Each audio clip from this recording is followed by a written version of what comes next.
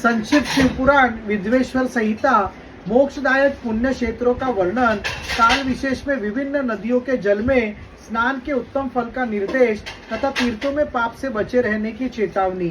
सूत जी बोले, विद्वान एवं बुद्धिमान महर्षियों, मोक्षदायक शिव क्षेत्रों का वर्णन सुनो।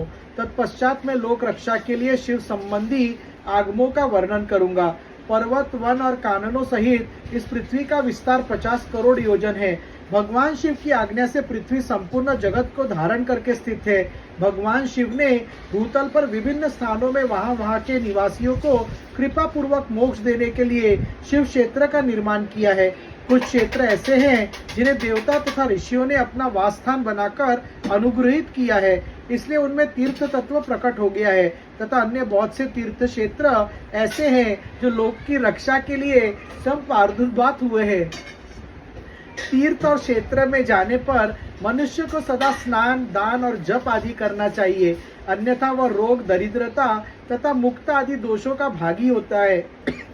जो मनुष्य इस भारतवर्ष के भीतर मृत्यु को प्राप्त होता है, वह अपने पुण्य के फल से ब्रह्मलोक में वास करके पुण्यक्षय के पश्चात पुनः मनुष्य योनि में ही जन्म लेता है।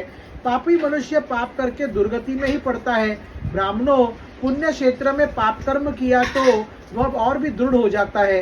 अतः पुण्य क्षेत्र में निवास करते समय सूक्ष्म से सूक्ष्म अथवा थोड़ा सा भी पाप न करे। क्षेत्रे पापस्य कर्णम दृढ़म भवति भूसुराम, पुण्य क्षेत्रे निवास ही पाप मनवापि नाचरेत। सिंधु और शतद्रु सतलज नदी के तट पर बहुत से पुण्य क्षेत्र है। सरस्वती नदी परम पवित्र और 60 मुख वाली कही गई है, अर्थात उसकी 60 धाराएं हैं। विद्वान पुरुष सरस्वती के उन धाराओं के तट पर निवास करे तो वह क्रमशः ब्रह्म पद को पा लेता है। हिमालय पर्वत से निकली हुई पुण्य सलीला गंगा 100 मुख वाली नदी है। उसके तट पर काशी, प्रयाग आदि अनेक पुण्य क्षेत्र है। वहाँ मकर राशि के सूर्य होने पर गंगा की तटभूमि पहले से भी अधिक प्रशस्त एवं पुण्यदायक हो जाती है।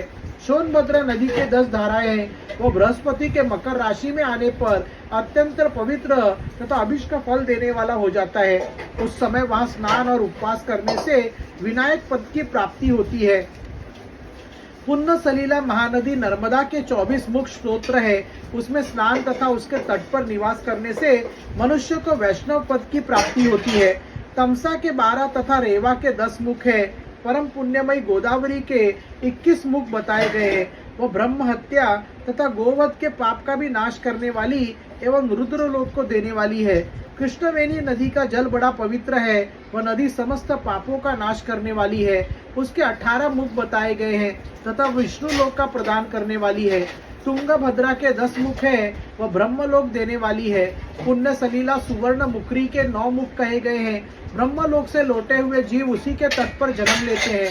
सरस्वती नदी, पंपा सरोवर, कन्याकुमारी अंतरी तथा शुभकारक श्वेत नदी, ये सभी पुण्य क्षेत्र हैं। इनके तट पर निवास करने से इंद्रलोक की प्राप्ति होती है।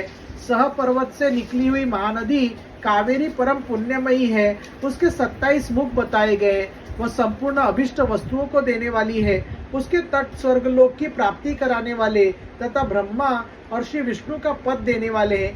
कावेरी की जो तट शिव क्षेत्र के अंतर्गत है, वे अभिष्ट फल देने के साथ ही शिव लोक प्रदान करने वाले हैं।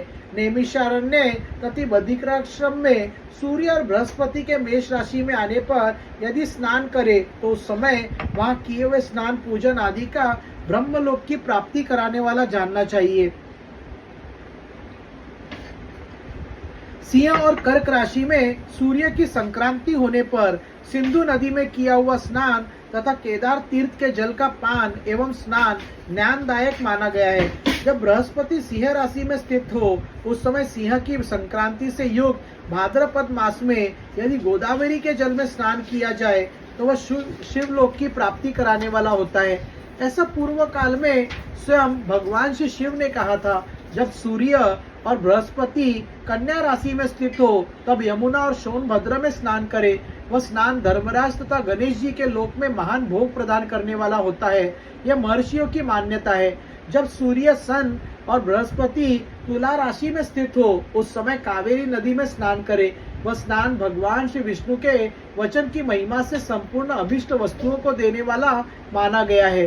जब सूर्य और बृहस्पति वृश्चिक राशि पर आ जाए तब मार्गशीर्ष अघन के महीने में नर्मदा में स्नान करने से श्री विष्णु लोक की प्राप्ति हो सकती है।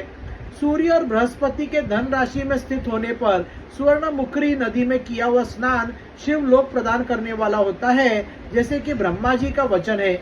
जब सूर्य और बृहस्पति मकर राशि में स्थित हो उस समय माघ मास में गंगा जी के जल में स्नान करना चाहिए। ब्रह्मा जी का कथन है कि वह स्नान शिवलोक की प्राप्ति कराने वाला होता है। शिवलोक के पश्चात श्री ब्रह्मा और विष्णु के स्थान में सुख भोगने पर अंत में मनुष्य को ज्ञान की प्राप्ति होती है। माघ मास में तथा सूर्य के कुंभ राशि में स्थित होने पर फाल्गुन मास में गंगा जी के तट पर किया हुआ श्राद्ध, पिंडदान अथवा तिलोक दान पिता और नाना दोनों कुलों के पितरों की अनेकों पीढ़ियों का उद्धार करने वाला माना गया है। सूर्य, सन और बृहस्पति जब मीन राशि में स्थित हो तब कृष्णवेणी नदी में किए गए स्नान की ऋषियों ने प्रशंसा की है। उन महीनों में पूर्वोक्त तीर्थों में किया हुआ स्नान इंद्र पद की प्राप्ति कराने वाला होता है। विद्वान पुरुष गंगा अथवा कावेरी नदी का आश्रय लेकर तीर्थवास करे, ऐसा करने से तत्काल किए हुए पाप का निश्चय ही नाश हो जाता है। रुद्रलोक प्रदान करने वाले बहुत से क्षेत्र हैं।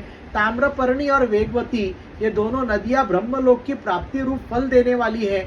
इन दोनों के तट पर कितने ही स्वर्गदायक क्षेत्र हैं, इन दोनों के मध्य में बहुत से पुण्यप्रद क्षेत्र हैं। वहाँ निवास करने वाला विद्वान पुरुष वैसे फल का भागी होता है। सदाचार, उत्तम वृत्ति तथा सद्भावना के साथ मन में दया भाव रखते हुए विद्वान पुरुष को तीर्थ में निवास करना चाहिए, अन्यथा उसका फल नहीं मिलता।